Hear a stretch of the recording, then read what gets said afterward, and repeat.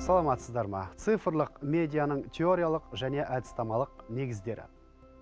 Қазіргі ақпараттық қоғамда цифрлық медиа тек технология емес, бүкіл әлеуметтік өмірдің жүрегіне айналған құбылыс. Осы пәнді оқу барысында мен медианың жаңа дәуірін түсінгендей болдым.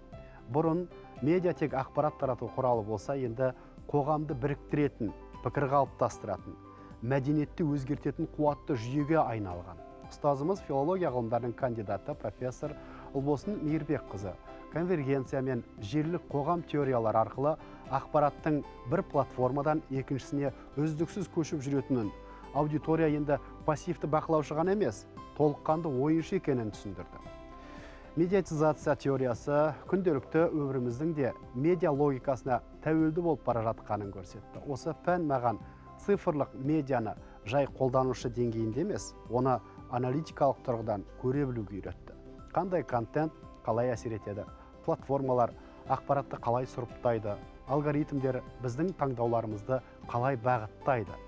Бұрын тек практикалық тұрғыда тұтынып жүрсек, енді сол білігімізді теориялық тұрғыдан жүйелей алдық. Қорытындылай келе, бұл курс маған цифрлық әлемнің құрылымын түсінуге, медианы сыни тұрғыдан қабылдауға және болашақта кәсіби салада қолдануға болатын зерттеу әдістерін меңгеруге мүмкіндік берді. Профессор Ұлбосын Мейірбекқызы цифрлық медиа тек құрал емес, қоғамды, адамды және коммуникацияның жаңа қырынан танытатын зерттеу кеңістігіне айналғанын дәлелдеді. Курстағы әріптестеріме және ұстазымызға ризашылығымды білдіріп, сәттілік тілеймін. Рахмет.